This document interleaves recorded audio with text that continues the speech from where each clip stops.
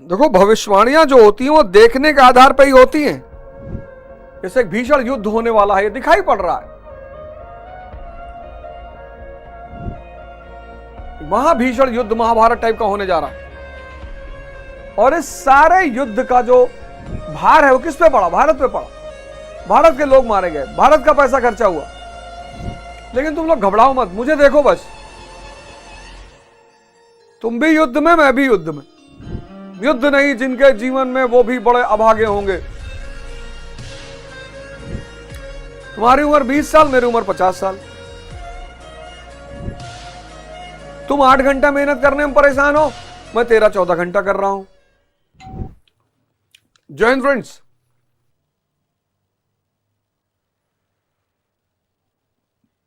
ये तो पहला वॉर था।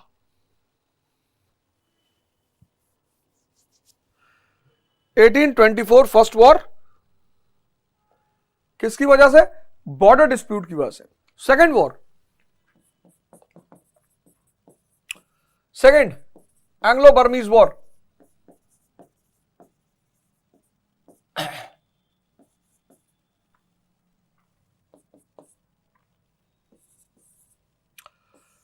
कमर्शियल ग्रीड, वाणिज्यिक लालच। सीधा वर्ड एनसीईआरटी ने यूज किया है, कमर्शियल ग्रीड।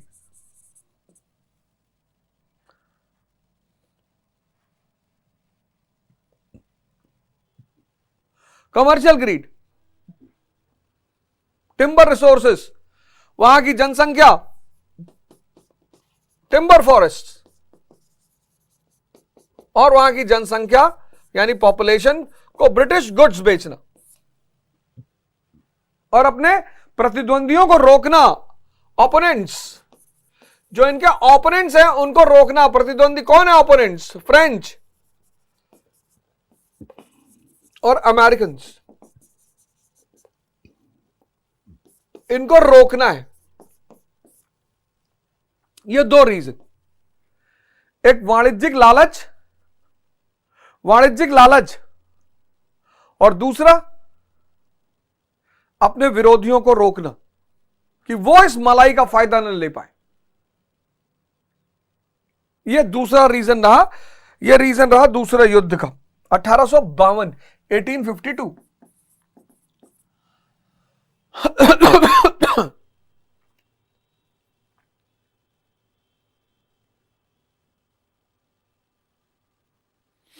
(1852) 1852।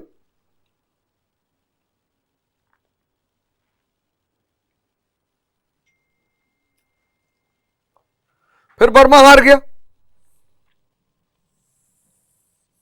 हालांकि युद्ध बहुत छोटा था और बर्मा हार गया। पेगू पे कब्जा कर लिया। इनके दिल पे कब्जा कर लिया।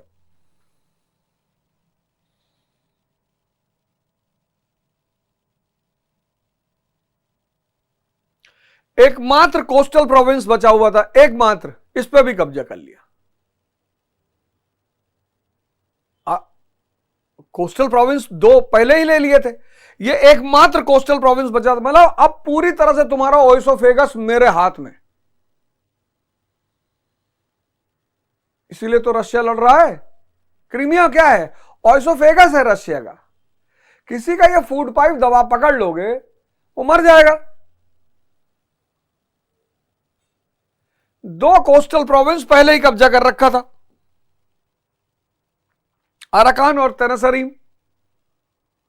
एक कोस्टल प्रोविंस बचा था पेगू, उस पर भी कब्जा कर लिया।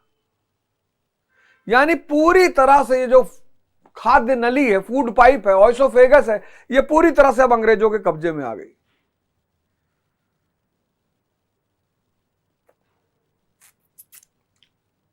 पूरा ओइसोफेगस, ये वर्ड टर्म लिख लेना, पूरा ओइसोफेगस इनके कब्जे में।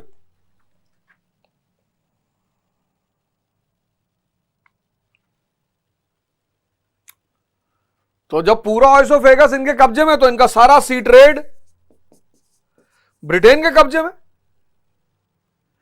सारा सी ट्रेड ब्रिटेन के कब्जे में। पैसा आप छीन ही चुके थे, ट्रेड आपके कब्जे में आ गया। इमेजिन करो, पैसा ये ले ही चुके थे, 1 करोड़ पहले ले ही चुके थे, सारी तिजोरी खाली कर चुके थे, और अब व्यापार जो पैसा जिस तरह से आता वो आपके कब्जे में। बचा क्या?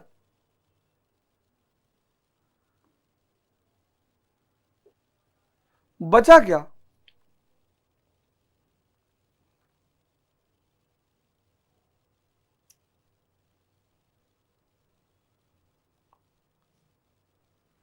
है? देखो, भविष्यवाणियां जो होती हैं वो देखने के आधार पर ही होती हैं। जैसे एक भीषण युद्ध होने वाला है, ये दिखाई पड़ रहा है, महाभीषण युद्ध महाभारत टाइप का होने जा रहा है, और इस सारे युद्ध का जो भार है वो किस पे पड़ा? भारत पे पड़ा।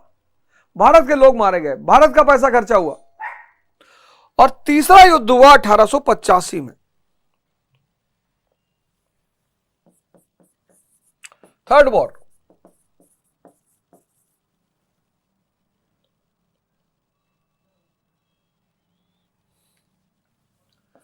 एटीन 1885 में। क्यों? जो किंग थीबो है,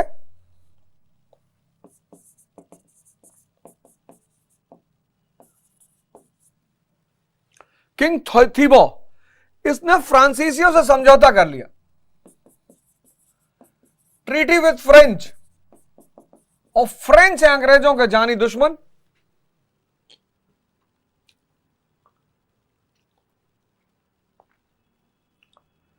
हालांकि कहने को तो कमर्शियल ट्रीटी थी, वाणिज्यिक संधि थी, लेकिन वाणिज्यिक संधि के आड़ में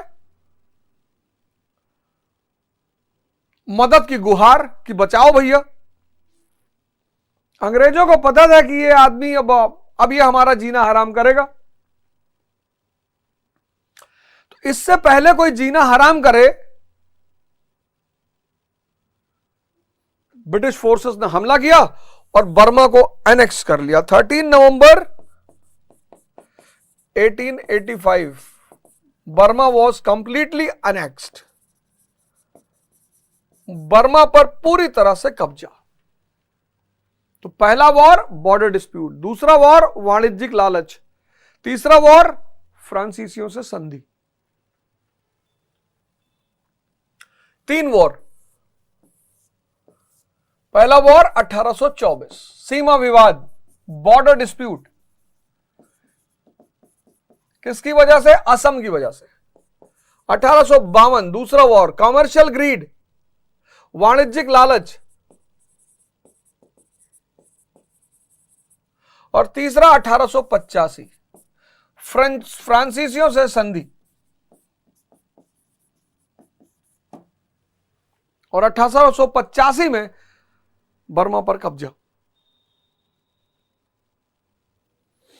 लेकिन तुम लोग घबराओ मत, मुझे देखो बस। तुम भी युद्ध में, मैं भी युद्ध में। युद्ध नहीं जिनके जीवन में, वो भी बड़े अभागे होंगे। तुम्हारी उम्र 20 साल, मेरी उम्र 50 साल। तुम 8 घंटा मेहनत करने में परेशान हो, मैं 13-14 घंटा कर रहा हूं। देखो, तुम्हारे भी युद्ध चल रहा है, मेरा भी युद्ध चल रहा है। तुम्हारी उम्र 20 साल, मेरी उम्र 50 साल। तुम 5-6 घंटा मेहनत करने में परेशान हो, मैं 13-14 घंटा कर रहा हूं। तुम अकेले घर में बैठे हो, मैं दिन भर हजारों लोगों से मिल रहा हूं।